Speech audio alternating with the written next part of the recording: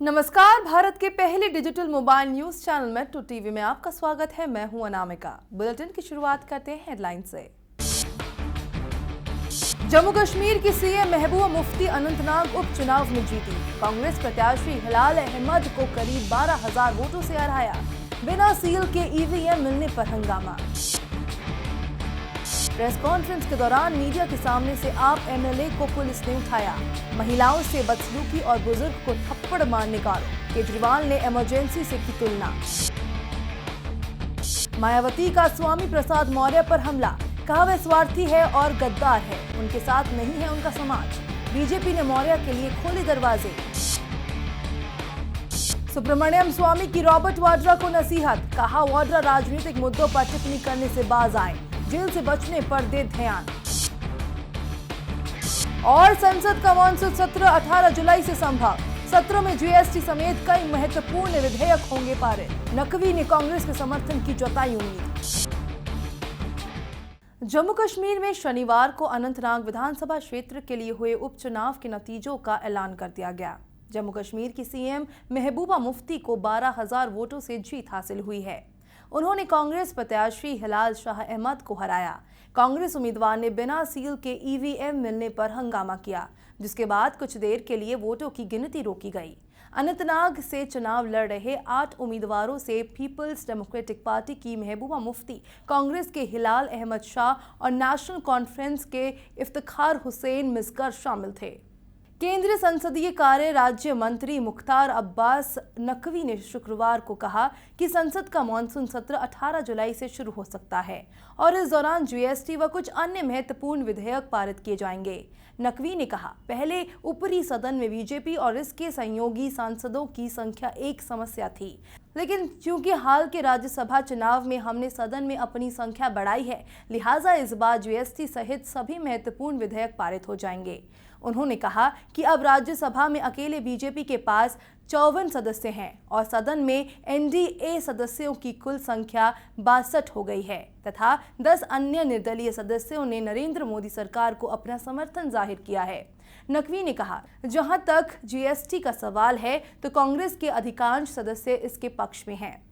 BSP छोड़ने वाले स्वामी प्रसाद मौर्य पर बीएसपी सुप्रीमो मायावती जमकर बरसी। उन्होंने मौर्य को स्वार्थी और गद्दार तक कह दिया। मायावती ने कहा, स्वामी प्रसाद मौर्य गद्दार है, उनके पार्टी छोड़ने से कोई फर्क नहीं पड़ेगा। पार्टी छोड़कर उन्होंने बहुत बड़ा उपकार किया है।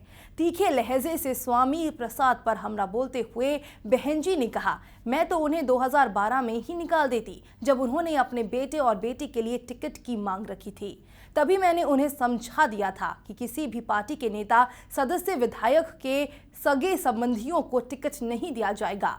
बीएसपी को अलविदा कह चुके स्वामी प्रसाद मौर्य को पार्टी में शामिल करने पर बीजेपी नेतृत्व सारी स्थितियों पर गंभीरता से विचार कर रहा है। हाल में केशव प्रसाद मौर्य को उत्तर प्रदेश का अध्यक्ष बनाने के बाद बीजेपी के सामने प्रदेश की राजनीति में बड़े कद वाले स्वामी प्रसाद मौर्य पर असमंजस की स्थिति है। हालांकि स्वामी प्रसाद मौर्य के आने से उसे काफी लाभ मिलने की संभावना है। स्वामी प्रसाद मौर्य शुक्रवार को दिल्ली पहुंचे हैं और देर शाम उनकी मुलाकात बीजेपी के यूपी प्रभारी ओम प्रकाश माथुर से हुई। स्वामी प्रसाद मौर्य ने बसपा छोड़ने के बाद अभी तक अपने पत्ते नहीं खोले हैं, लेकिन उन्होंने जिस तरह सपा पर तीखे आरोप लगाए हैं, उन्हें देखते हुए बीजेपी के साथ आने की संभावना ज्यादा है। संगम विहार से आम आदमी पार्टी के विधायक दिनेश मोहनिया को पुलिस नाटकीय अंदाज में उठाकर अपने साथ ले गई। जिस समय दिनेश मोहनिया प्रेस कॉन्फ्रेंस कर रहे थे, दिल्ली पुलिस के अधिकारी वहां आए और उन्हें जबरन खींचते हुए अपने साथ ले गए। मौके पर मीडिया के कैमरे थे और अफरा तफरी की स्थिति मच गई थी। पुलिस मौके पर पूरी तैयारी के साथ आई थी। पुलिस अधिकारियों ने कोई भी बयान नहीं दिया। विधायक यही कहते रहे कि पुलिस ये ज्यादती कर रही है। उन्हें गिरफ्तारी या थाने में पेश होने का कोई नोटिस आदि नहीं दिया गया था। दिल्ली के संगम विहार से आम आदमी पार्टी के विधायक दिनेश मोहनिया पर नया आरोप लगा है। इस बार एक बुजुर्ग ने थप्पड़ मारने का आरोप लगाया है। 4 दिन पहले भी दिनेश मोहनिया पर संगम विहार से महिलाओं से बदसलूकी का आरोप लगा था। सुब्रमण्यम स्वामी ने रॉबर्ट वाड्रा को नसीहत दी है। उन्होंने कहा कि वाड्रा राजनीतिक मुद्दों पर टिप्पणी करने से बाज आए हैं। और जेल से बचने पर ध्यान दे। रॉबर्ट वाड्रा ने स्वामी से पूछा था कि क्या वेटर होना सम्मान का काम नहीं। दरअसल स्वामी ने शुक्रवार को जब अरुण जेटली कोट और टाई लगाकर बीजिंग में मीडिया से बातचीत कर रहे थे तो उन पर कटाक्ष करते हुए बीजेपी को राय दी कि वे अपने मंत्रियों के लिए एक ड्रेस कोड तय कर दे, क्योंकि कोट और टाई में वो लोग विदेश में वेटर जैसे लगते हैं। अपने ट्विटर अकाउंट पर स्वामी ने लिखा, बीजेपी की तरफ से हमारे मंत्रियों को निर्देश दिया जाना चाहिए कि वो विदेश में पारंपरिक और आधुनिक भारतीय कपड़े पहने। कोट और टाई में वह लोग वेटर जैसे लगते हैं। प्रधानमंत्री नरेंद्र मोदी आज पुणे में स्मार्ट सिटी परियोजनाओं का शुभारंभ करेंगे। इसके साथ ही स्मार्ट सिटी चैलेंज कंपटीशन के पहले चरण में चुने गए इन 20 शहरों में स्मार्ट सिटी योजनाओं पर अमल शुरू होगा। वहीं कई राजनीतिक दलों ने इस कार्यक्रम का बहिष्कार करने की चेतावनी दी है। शहरी विकास मंत्री एम वेंकैया नायडू की अध्यक्षता वाले इस कार्यक्रम में महाराष्ट्र के राज्यपाल विद्यासागर राव और मुख्यमंत्री देवेंद्र फडणवीस भी उपस्थित रहेंगे।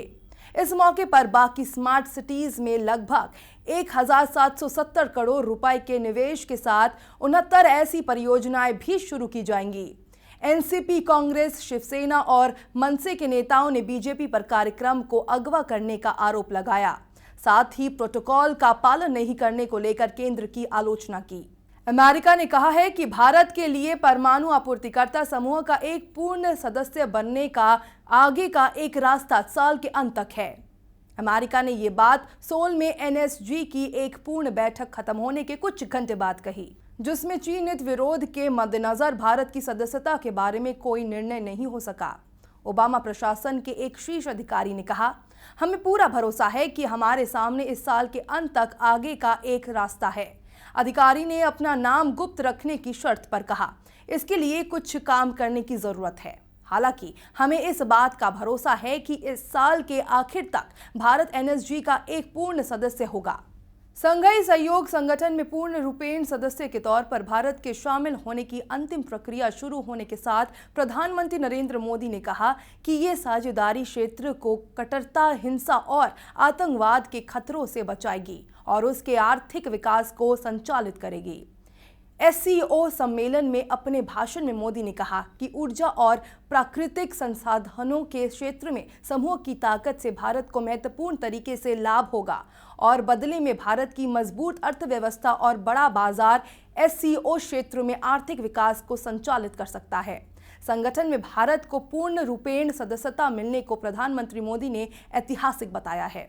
बीएसपी से बगावत कर पार्टी छोड़ने वाले स्वामी प्रसाद मौर्य के लिए बीजेपी ने अपने दरवाजे खोल दिए हैं। दावा किया जा रहा है कि बीजेपी में मौर्य की एंट्री को लेकर सैद्धांतिक तौर पर सहमति बन चुकी है। आज वे दोबारा सीनियर बीजेपी नेताओं से मुलाकात करने वाले हैं। दिल्ली में मौजूद मौर्य ने इससे पहले बीजेपी से हाथ मिलाने के सवाल पर चुप्पी साधे रखी। बीएसपी प्रमुख मायावती पर हमला करने वाले मौर्य ने कहा कि वे अपने अगले कदम के बारे में जुलाई में फैसला करेंगे।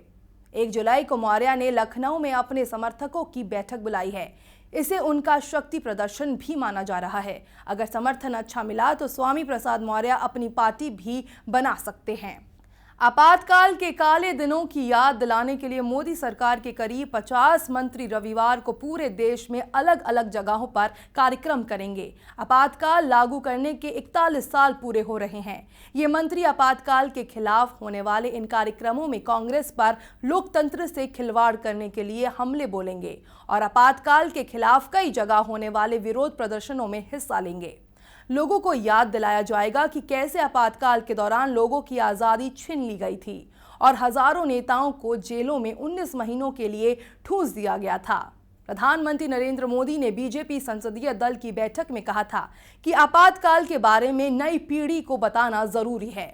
केंद्र द्वारा नियुक्त विशेष जांच दल द्वारा दिल्ली और कुछ अन्य राज्यों में हुए सिख विरोधी दंगों के करीब 186 मामलों की फिर से जांच किए जाने की संभावना है।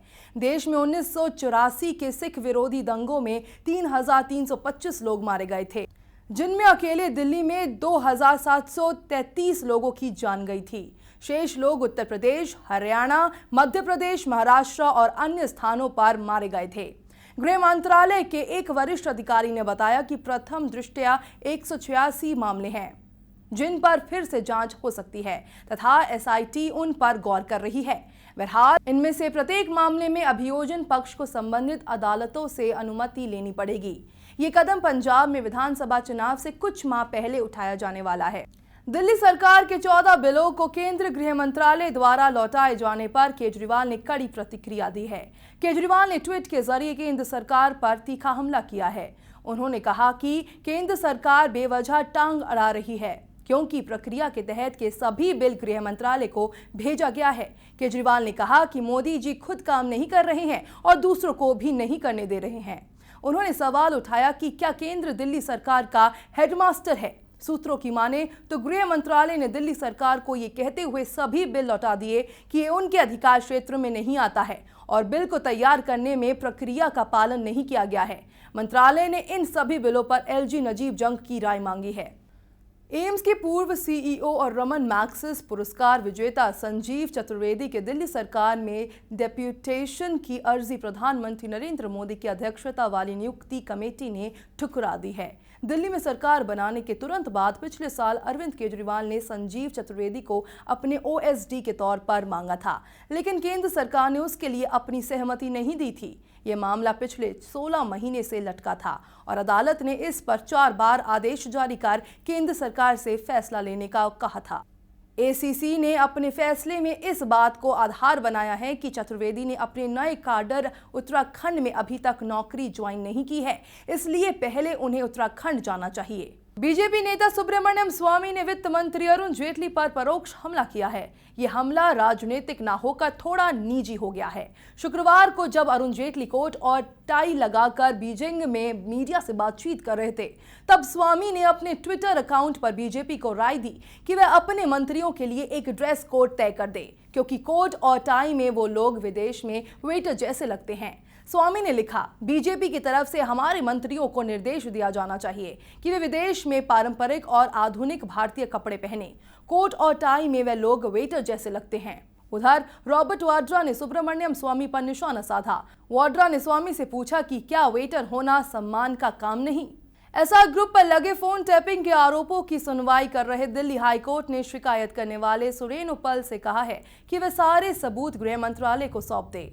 कई बड़े नेताओं और वीवीआईपी की रिकॉर्डिंग के जुड़े ये सबूत एक सील पैकेट में मंत्रालय को सौंपे जाएंगे। सुप्रीम कोर्ट 27 जून को एक और याचिका पर सुनवाई करेगा, जिसमें ये केस स्पेशल इन्वेस्टिगेशन टीम को सौंपने की मांग की गई है। इस केस की सुनवाई जस्टिस मृदुल को करनी है। जस्टिस मृदुल मध्य प्रदेश के व्यापम घोटाले का केस भी देख रहे हैं। मृदुल ने बताया कि सुप्रीम कोर्ट के वकील उपल ने 1 जून को पीएमओ ऑफिस में शिकायत की थी कि एसआर ग्रुप 2001 से लेकर 2006 के बीच कई बड़े लोगों की जासूसी करवा रहा था। ब्रिटेन में जनमत संग्रह के बाद ब्रिटेन और यूरोपीय संघ पर पड़ने वाले आर्थिक प्रभाव को लेकर आईएसआईएस ने खुशी जताई है। साथ ही यूरोप को पंगु करने के लिए बर्लिन और ब्रसेल्स में हमले की बात कही है। सूत्रों के मुताबिक आतंकवादियों के बीच लोकप्रिय जिहादी टेलीग्राम ने आर्थिक अराजकता की प्रशंसा की जो ईयू जनमत संग्रह के बाद पैदा हुई है और समर्थकों से अपील की कि यूरोप के मुख्य भूभाग पर हमला करे।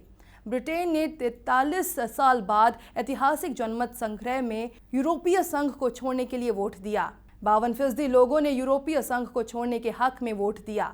कुल मतदाताओं में से 72% लोगों ने मतदान दिया। मुंबई समेत कोंकण और गोवा के तमाम इलाकों के लिए अगले 3 दिनों तक भारी से बहुत भारी बारिश होने की आशंका है। मौसम विभाग ने इसके मद्देनजर चेतावनी जारी की है। ऐसा अनुमान है कि अरब सागर से लगे हुए वेस्टर्न घाट इलाके में नम हवाओं की रफ्तार बढ़ेगी और इससे भारत के पश्चिमी तट पर घने बादलों की आवाजाही के बीच झमाझम बारिश का दौर जारी रहेगा। मौसम विभाग के मुताबिक मुंबई में तेज बारिश का दौर आज शुरू होकर शाम होते होते और तेज हो सकता है। ऐसा अनुमान है कि 26 जून को मुंबई और आसपास के इलाकों में झमाझम बारिश लगातार हो सकती है। इसके मद्देनजर मौसम विभाग ने लोगों को सतर्क रहने की सलाह दी है।